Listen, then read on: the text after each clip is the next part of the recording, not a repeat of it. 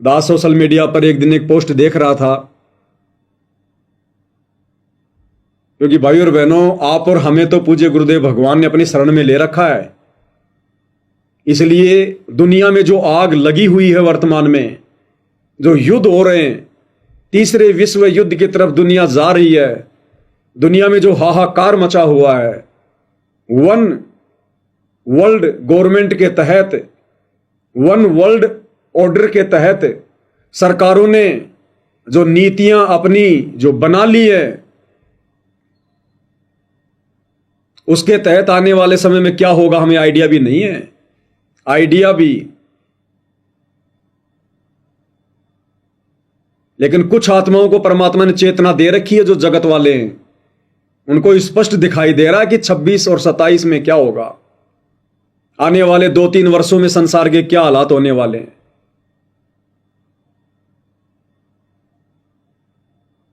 और गुरुद्वारों में लोग अनाज इकट्ठा करना शुरू कर दिए, अनाज इकट्ठा। आने वाले समय को देखते हुए पंजाब में गुरुद्वारों में लोगों ने सामान की पैकिंग करनी शुरू कर दी, पानी तक की पैकिंग करनी शुरू कर दी, सूखे राशन की डब्बों में पैकिंग करनी शुरू कर दी और जमा कर रहे हैं। आने वाले समय को देख करके खाएंगे क्या। एक छोटा सा वीडियो दास आपको दिखाता है जो सोशल मीडिया पर वायरल हो रहा है। इस वीडियो को देखकर भाई और बहनों हमारी समझ में, ये पंजाब का वीडियो है और किस प्रकार से लोगों ने आगामी समय को देखते हुए जो अकाल पड़ेगा, भूखमरी आएगी, लोगों ने किस प्रकार से गुरुद्वारों में नीचे बेसमेंट में, अंडरग्राउंड में पानी की बोतलें तक भी भर भर के रखनी शुरू कर दी। चने, दाल यानी सूखा राशन जो खा के अपनी जान उस समय बचाई जा सके। और लोग वीडियो बना बना के वायरल कर रहे हैं, दूसरों को भी कह रहे हैं कि भैया तुम भी करो। ध्यान से देखिएगा।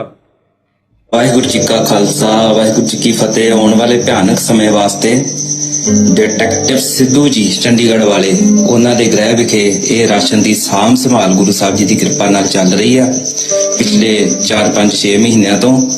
ਦੇਖੋ ਬੋਤਲਾਂ ਵਿੱਚ ਚਣਾ, ਚੌਲ, ਕਣਕ ਅਤੇ ਪਾਣੀ ਇਹਨਾਂ ਨੂੰ ਵਧੀਆ ਬੋਤਲਾਂ ਵਿੱਚ ਪੈਕ ਕਰਕੇ 에ਅਰ ਟਾਈਟ ਜਿਹੜੀਆਂ ਬੋਤਲਾਂ ਹੁੰਦੀਆਂ ਜਿਨ੍ਹਾਂ ਵਿੱਚ ਹਵਾ ਨਾ ਜਾਵੇ, ਵਧੀਆ ਕਿਸਮ ਦੀ ਕੁਆਲਿਟੀ ਦੀਆਂ ਬੋਤਲਾਂ ਮੰਗਾ ਕੇ ਉਹਨਾਂ ਵਿੱਚ ਪੈਕ ਕਰਕੇ ਸੰਭਾਲ ਰਹੇ ਆ। ਸੰਗਤ ਦੀ ਸੇਵਾ ਵਾਸਤੇ ਆਉਣ ਵਾਲੇ ਸਮੇਂ ਵਿੱਚ ਜਦੋਂ ਕਾਲ ਪੈਣੇ ਆ ਤੇ ਉਦੋਂ ਫਿਰ ਇਹ ਰਾਸ਼ਨ ਦੇ ਲੰਗਰ ਲੱਗਣਗੇ।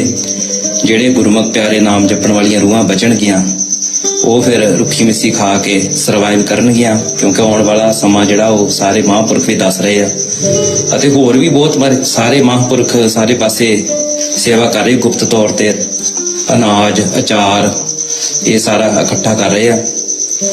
ਸੋ ਇਹ ਦੇਖੋ ਬਾਸਮਤੀ ਰਾਈਸ ਵਧੀਆ ਅਤੇ ਚਣੇ ਵੀ ਵਧੀਆ ਕੁਆਲਿਟੀ ਦੇ, ਕਣਕ ਅਤੇ ਪਾਣੀ ਐਰੋ ਦਾ ਵਧੀਆ ਕੁਆਲਿਟੀ ਦਾ ਜਿਹੜਾ ਉਹ ਤਕਰੀਬਨ 50,000 ਲੀਟਰ ਪਾਣੀ ਪੈਕ ਹੋ ਚੁੱਕਾ। 1000 ਕੁਇੰਟਲ ਦੇ ਆਸ-ਪਾਸ ਅਨਾਜ ਜਿਹੜਾ ਉਹ ਪੈਕ ਹੋ ਚੁੱਕਾ ਅਤੇ ਸੇਵਾ ਚੱਲਦੀ ਰਹੇਗੀ। ਤੇ ਆਪ ਸਭ ਨੂੰ ਬੇਨਤੀ ਹੈ ਤੁਸੀਂ ਵੀ ਵੱਧ ਤੋਂ ਵੱਧ ਨਾਮ ਜਪੋ। ਆਉਣ ਵਾਲਾ ਸਮਾਂ ਭਿਆਨਕ ਹੈ, ਨਾਮ ਜਪੋ ਤੇ ਆਪਣੇ ਘਰਾਂ ਵਿੱਚ ਜ਼ਰੂਰ ਜਿੰਨਾ ਹੋ ਸਕੇ ਇਹ 4-5 ਚੀਜ਼ਾਂ ਜਿਹੜੀਆਂ ਜਿਨ੍ਹਾਂ ਦੀ ਸੈਲਫ ਲਾਈਫ ਬਹੁਤ ਜ਼ਿਆਦਾ ਹੁੰਦੀ ਆ ਇਹ ਜ਼ਰੂਰ ਰੱਖੋ। ਚੌਲ, ਚਣੇ, ਕਣਕ, ਪਾਣੀ ਅਤੇ ਮਸਾਲੇ, ਹਲਦੀ, ਲੂਣ, ਲਾਲ ਮਿਰਚ ਇਹ ਜ਼ਰੂਰ ਰੱਖੋ। ਤੇਲ ਸਰੋਂ ਦਾ ਤੜਕੇ ਵਾਸਤੇ ਅਤੇ ਹੋਰ ਜਿਹੜੀਆਂ ਚੀਜ਼ਾਂ ਜ਼ਰੂਰੀ ਆ ਜਿਵੇਂ ਕਿ ਪੱਖੀਆਂ, ਮੱਛਰਦਾਨੀਆਂ ਅਤੇ ਘਰਾਂ ਵਿੱਚ ਸ਼ਸਤਰ ਰੱਖੋ ਵੱਧ ਤੋਂ ਵੱਧ। ਹੋਰ ਵੀ ਜਿਹੜੀਆਂ ਤੁਹਾਡੇ ਦਿਮਾਗ ਵਿੱਚ ਆਉਂਦਾ, ਜਿੱਦਾਂ ਜਿੱਦਾਂ ਗੁਰੂ ਸਾਹਿਬ ਜੀ ਤੁਹਾਨੂੰ ਕਿਰਪਾ ਕਰਦੇ ਆ ਤੁਸੀਂ ਉਹ ਚੀਜ਼ਾਂ ਆਉਣ ਵਾਲੇ ਭਿਆਨਕ ਸਮੇਂ ਲਈ ਰੱਖ ਸਕਦੇ ਹੋ। ਕੱਪੜੇ ਆਪਣੇ ਸਾਰੇ ਜਿਹੜੇ ਉਹ ਵਧੀਆ ਪਲਾਸਟਿਕ ਦੇ ਲਿਫਾਫਿਆਂ ਵਿੱਚ ਪਾ ਕੇ ਰੱਖੋ। ਘਰਾਂ ਵਿੱਚ ਸ਼ਸਤਰ ਜ਼ਰੂਰ ਰੱਖੋ ਤੇ ਸਭ ਤੋਂ ਮੇਨ ਗੱਲ ਨਾਮ ਜਪੋ, ਕਿਉਂਕਿ ਨਾਮ ਜਪਣ ਵਾਲੇ ਹੀ ਬਚਣੇ ਆਉਣ ਵਾਲੇ ਭਿਆਨਕ ਸਮੇਂ ਵਿੱਚ। ਤੇ ਇਹ ਸਮਾਂ ਜਿਹੜਾ 25 ਤੋਂ 30-32 ਤੱਕ ਦੱਸਿਆ ਮਹਾਂਪੁਰਖਾਂ ਨੇ ਉਹ ਬਹੁਤ ਭਿਆਨਕ ਹੈ। ਉਸ ਤੋਂ ਬਾਅਦ ਫਿਰ ਥੋੜਾ ਮਾਹੌਲ ਜਿਹੜਾ ਉਹ ਸਹੀ ਹੋਏਗਾ। ठीक है जी। वाहिगुरु जी का खालसा, वाहिगुरु जी की फतेह। तो भाई और बहनों, हमने केवल इस भाई की एक बात को सीरियस लेना है और वो बात है ज्यादा से ज्यादा नाम जपो। नाम जपने वाली आत्माएं ही बच पाएंगी। अब बताओ भाई और बहनों, इन आत्माओं को कहां विश्वास है अपने वाहि गुरु पर? क्यों ये लोग इन गुरुद्वारों में जा रहे हैं? क्यों ये लोग गुरु ग्रंथ साहिब का पाठ कर रहे हैं? क्यों अपने आप को ये सिख कहते हैं? अगर तुम्हारी भक्ति सही है, तुम्हारा वाहि गुरु सही है, तुम्हारे धर्म और ये कर्म सही है, तो क्या आने वाले विनाशकारी समय में वाहि गुरु तुम्हारी रक्षा नहीं करेगा? फिर भगवान कौन से दिन हमारे काम आएगा? अरे भगवान की भक्ति इसीलिए तो की जाती है कि आपत्ति के समय वो काम आए, हमारी रक्षा करे। अब कहां इन लोगों को विश्वास है? ना मंदिरों में जाने वाले हिंदुओं को अपने भगवानों पे विश्वास, ना सिखों को जो गुरुद्वारे में जाते हैं वाहि गुरु पे विश्वास है, ना मस्जिद में जाने वाले मुसलमानों को अपने अल्लाह पे विश्वास है, ना चर्चों में जाने वाले ईसाइयों को अपने मसीहा पे विश्वास है। तो ये गलती हम असली मसीहा, असली वाहि गुरु, असली अल्लाह मौला, असली भगवानों का भगवान जो सतगुरु रामपाल जी परमेश्वर वर्तमान में धरती पर प्रकट है और हम उनकी शरण में हैं, हम आत्माओं ने यह गलती नहीं करनी है। चाहे कितना भयंकर अकाल पड़ो, कितनी बड़ी समस्या पैदा हो, हमने यदि एक बोतल पानी की भरकर यह सोचकर रख ली कि आने वाले समय में काम आएगी, अकाल पड़ेगा जब, यदि हमने 1 क्विंटल अनाज ये सोचकर खरीद कर रख लिया कि आने वाले विनाशकारी समय में काम आएगा, परमात्मा हमारे निकट भी नहीं आएगा उस समय, निकट भी। हम जैसी नॉर्मल लाइफ जी रहे हैं, बस इसी प्रकार से जीनी हमने। आज यदि हमारे घर में 10 किलो आटा है और शाम को यदि सरकार की तरफ से ऐलान हो गया कि भैया भयंकर अकाल पड़ेगा, हमने ये सोचकर उस अकाल के डर के मारे यदि आवश्यकता से ज्यादा सामान लाकर घर में रख लिया, उस भुखमरी के बारे में सोचकर, अकाल के बारे में सोचकर, परमात्मा तुम्हें अनाज का दाना भी नहीं देगा, दाना भी भूखे मरोगे। क्योंकि हम सच्चे परमेश्वर की शरण में हैं और गुरुदेव भगवान का वचन है और कहते हैं साध वचन पलटे नहीं पलट जाए ब्रह्मांड, साधु बोले सहज स्वभाव, साधु का बोलिया मिथ्या न जाए। गुरुदेव ने अपने मुख कमल से सत्संग कर रखे हैं कि बच्चों यदि भगवान पे विश्वास रखोगे, भक्ति मर्यादा में रह के करोगे, और जिस समय धरती पर खाने को अनाज का दाना भी नहीं होगा, उस समय यदि तुम्हारे घर में 2 दाने भी होंगे ना, 2 दाने, तो गुरुदेव ने बताया कि सुबह मटका आटे का भरा हुआ मिलेगा, पिसा पिसाया,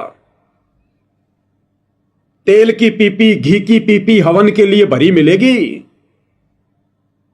ये परमात्मा वही है जो सतयुग में था, त्रेता में था, द्वापर में था, 650 साल पहले आया था।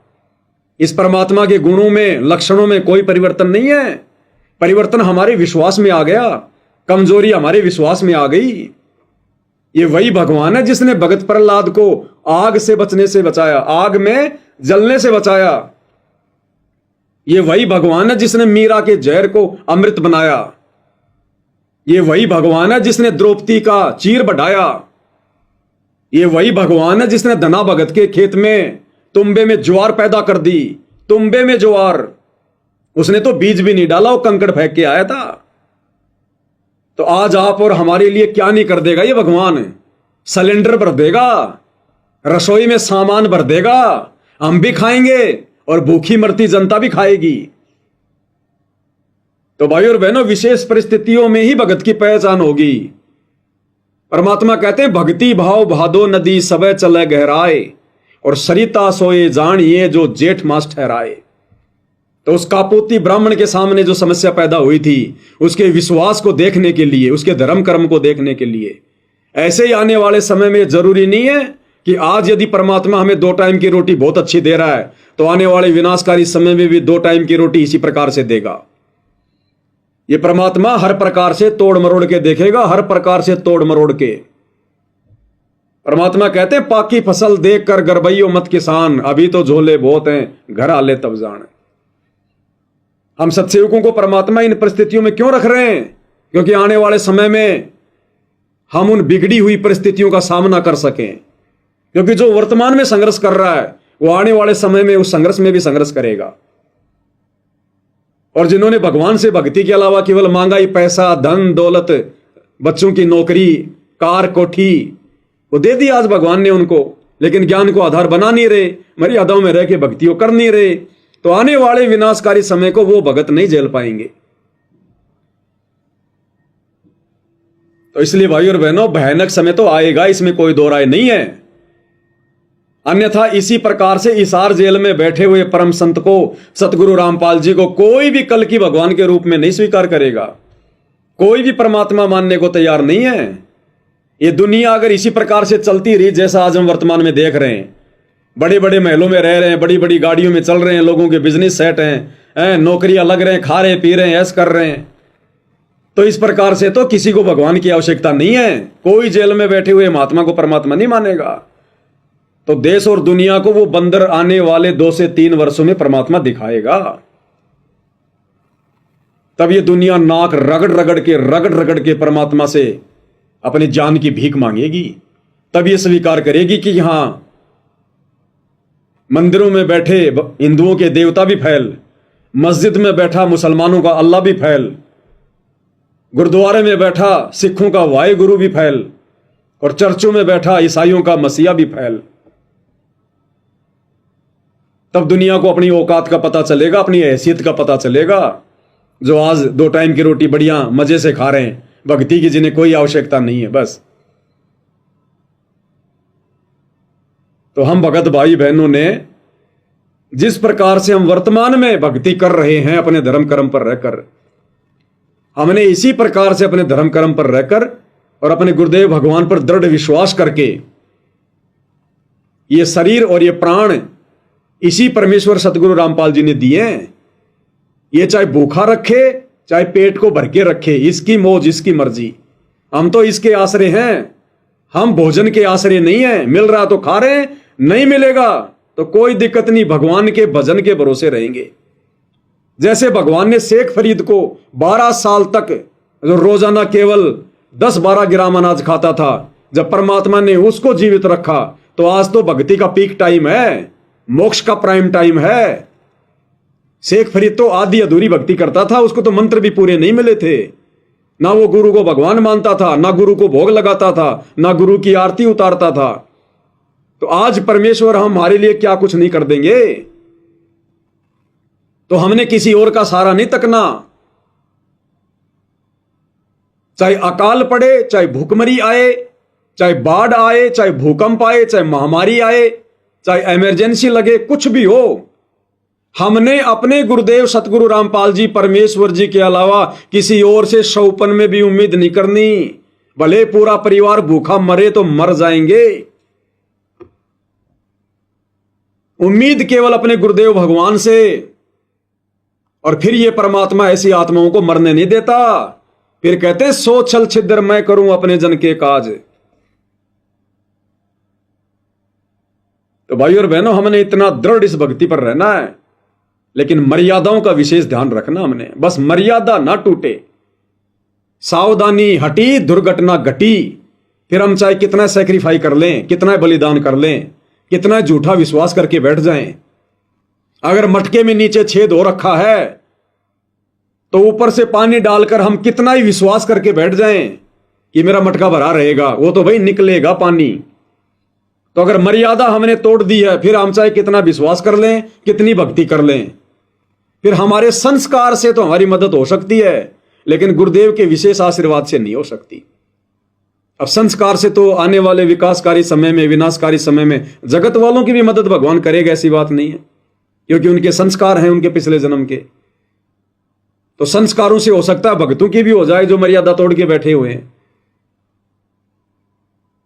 तो आप और हमने तो भगवान के कोटे से मदद लेनी है। हमने अपनी भक्ति बर्बाद नहीं करनी, अपनी भक्ति हमने मोक्ष के लिए सेफ रखनी है। तो भाई और बहनों, इस कलयुग की पिछली पीढ़ी में बड़ी मुश्किल से आप और हमारा दाव लगा, ये मौका सा लगा हमारा, बिल्ली के बाग का छीका सा टूटा है। अब हमने दाव नहीं चूकना, हर प्रकार से चौकन्ना रहना, मर्यादाओं को लेकर, भक्ति को लेकर, धर्म कर्म को लेकर। ईमान बढ़ाई, राग द्वेष, ईर्ष्या, छल कपट, धोखाधड़ी, 2 पैसों के लिए स्वार्थ में आकर हमने बिल्कुल नहीं करनी। हमें खुद कोई ठग ले कोई दिक्कत नहीं, हम नहीं ठगेंगे किसी को, चाहे कैसी भी परिस्थितियां क्यों ना आ जाएं। तो आने वाले समय में यदि पूज्य गुरुदेव भगवान हम नीच आत्माओं की हमारे विश्वास को परखने के लिए, हमें दृढ़ करने के लिए अगर इस प्रकार की छोटी मोटी कोई परीक्षा भी लेते हैं तो विशेष परिस्थितियों में हमने डगमग नहीं होना है, हमने सावधान हो जाना है, चौकन्ना हो जाना है कि ये बातें तो गुरुदेव ने अपने सत्संगों में पहले भी बोल रखी हैं, शिव सम्मन के उदाहरण दे रखे हैं। जानबूझ के परमात्मा ऐसी परिस्थितियां पैदा कर देता है जब भगत की परीक्षा लेता है। फिर सात संगतियों के माध्यम से भी हमें यही जानकारी दी गई।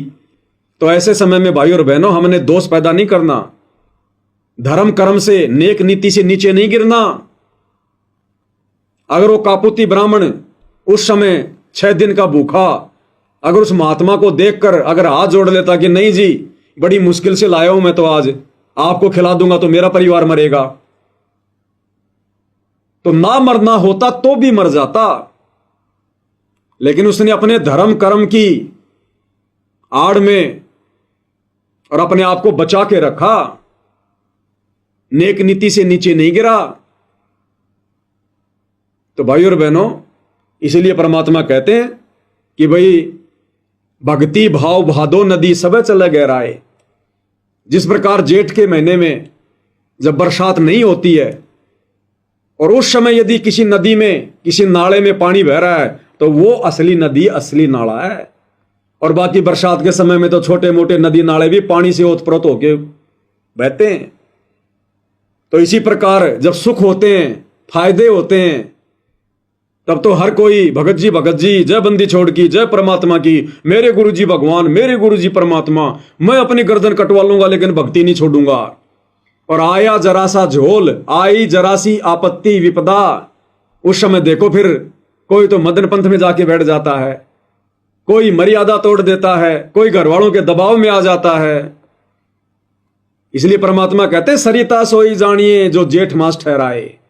असली नदी की पहचान तो जेठ के महीने में होगी कि पानी आ रहा कि नहीं आ रहा। बरसात में तो हर छोटा मोटा नदी नाला बह के चलता है। तो असली भगत की पहचान आपत्तियों में, विपत्तियों में होती है कि भगत अपने धर्म कर्म पर दृढ़ है या नहीं है, अपने गुरु की मर्यादाओं पर दृढ़ है या नहीं है।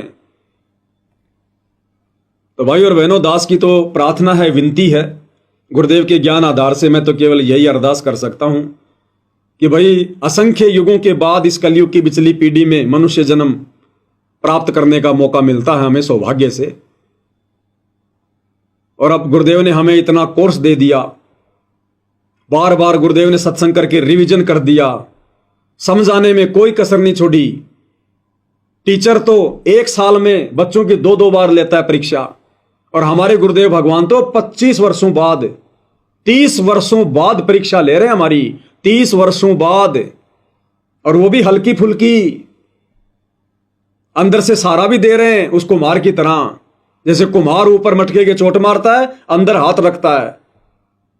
तो वर्तमान छोटी मोटी परीक्षा में भी पूज्य गुरुदेव भगवान हिसार जेल से बैठकर विशेष संदेश भेज के हमें सारा दे रहे हैं। और अपने गुरु को परम सहारा मानकर भी यदि कोई दृढ़ नहीं होता है, मर्यादा तोड़ देता है, लोक लाज दबाव में आकर भक्ति छोड़ देता है, तो भाई बहनों फिर क्या बनेगी? फिर ऐसी कमजोर आत्माओं को तो परमात्मा सतलोक नहीं लेकर जाएगा। तो भाई और बहनों, ये मौका परमात्मा बार बार नहीं देंगे हमें, बड़ी मुश्किल से दाव लगा है। अब बहुत सारे भगत भाई बहनों के मन में हो सकता है एक छोटी सी गंदगी आ जाए, शंका आ जाए कि भाई ये पवन दास कह रहा है कि भाई आश्रम वाले क्या अन्नपूर्णा मुहिम चला रहे हैं, क्या ये लोगों को ये मोटर पाइप दे के सहयोग कर रहे हैं। उदाहरण दे रहा है कि द्रौपदी ने सबसे पहले अपनी साड़ी फाड़ी और सम्मन ने अपने बेटे की गर्दन काटी। तो ये पवन दास फिर क्यों सत्सेवक भाई बहनों से सेवा ले लेके फिर आगे सारे कार्य कर रहा है? पवन दास अपनी तरफ से क्यों नहीं लगाता? भाई दास पहले भी कह चुका है कि मुझ पवन दास को परमात्मा ने बहुत सोच समझ के खड़ा किया है, बहुत सोच समझ के। मालिक को पता कि यह शब्द मैं इससे बुलवाऊंगा, तो उसके लिए परमात्मा बैकग्राउंड वैसा ही बनाता है। जब इस दास ने नाम दीक्षा ली, बरवाला कांड नहीं हुआ था, 12 अप्रैल 2013 को दास को परमात्मा की शरण प्राप्त हुई। तो दास के पास में 12 बीघा जमीन थी। परमात्मा ने कोई भी कारण बनाया, बरवाला कांड से पहले पहले परमात्मा ने मेरी जमीन बिकवा दी। घर पे जो कर्जा था परमात्मा ने वो उतरवाया। भाई के हिस्से के मैंने भाई को दे दिए, और मेरे हिस्से के पैसे, क्योंकि मैं इतने उल्टे काम करता था, मैंने लोगों को चुका दिए। चवन्नी नहीं रही पास में। और आज गांव में ना मेरे पास में मकान है, एक टूटा फूटा सा मकान है जिसमें गधे भी नहीं बैठ सकते, गधे भी। और ना मेरे नाम पर कोई जमीन है। इसलिए पवन दास के पास तो परमात्मा ने ना मकान छोड़ा ना जमीन छोड़ी। शहर में भी दास केवल 20 साल से इस किराए के मकान में रह रहा है, किराए के मकान में, सन 2003 से। तो भैया मैं अपनी तरफ से केवल शारीरिक सेवा कर सकता हूं, लाइव आकर भाई बहनों को परमात्मा के ज्ञान आधार से समझाने की सेवा कर सकता हूं। आप लोगों के द्वारा दी गई सेवा का सदुपयोग मालिक के आशीर्वाद से दास जो कर सकता है। इसके अलावा मेरे पास अपना कुछ नहीं लगाने के लिए, होता तो क्या पता परमात्मा लगवाते। इसलिए परमात्मा ने मेरे को उस दोष से भी मुक्त कर दिया।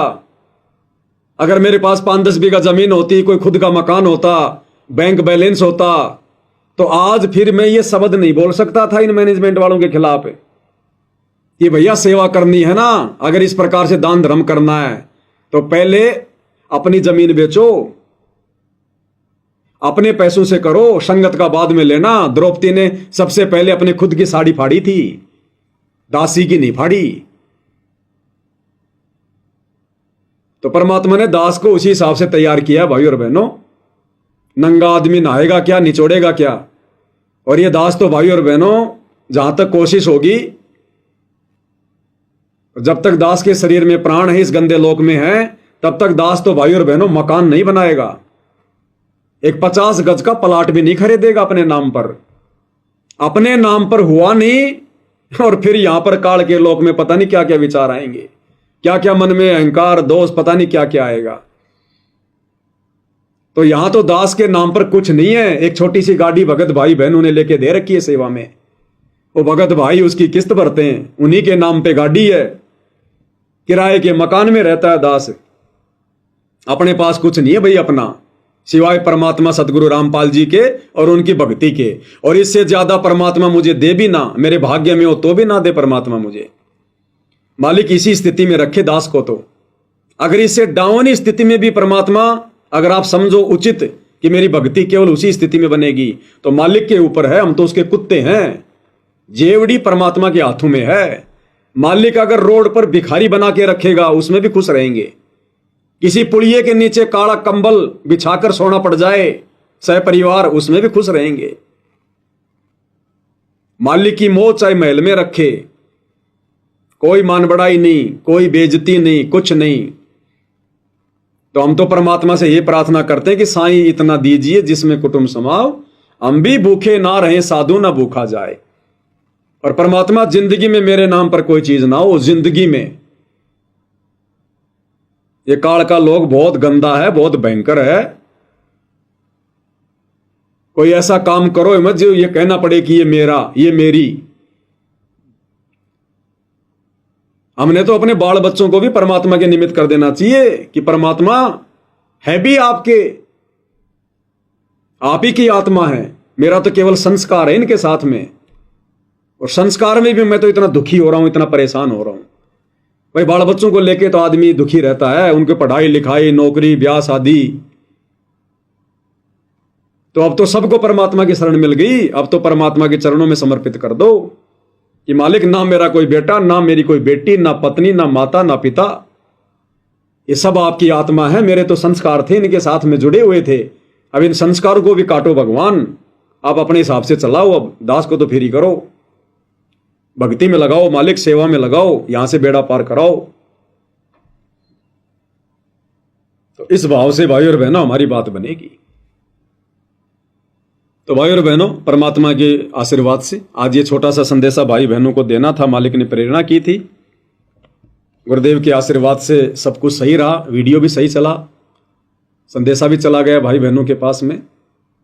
तो हमने भाई और बहनों ये पांचों यज्ञ करते समय, गुरुदेव की भक्ति करते समय, हमने इस प्रकार से अपने भावों को जागृत करना है। अपने भावों को हमने ये नहीं सोचना कि केवल हम फोटो को भोग लगा रहे हैं, फोटो के सामने भोग लगा रहे हैं। साक्षात हमारे गुरुदेव भगवान बैठे हैं, ये विधान है। जब हम प्रार्थना करते हैं भोजन रख के कि हे परमपिता परमात्मा, सारी सृष्टि के रचनहार सतगुरु रामपाल जी भगवान जी, आप जी का भोग प्रसाद तैयार है, आप अपनी पवित्र रसना से इसे पवित्र करने की कृपा करें।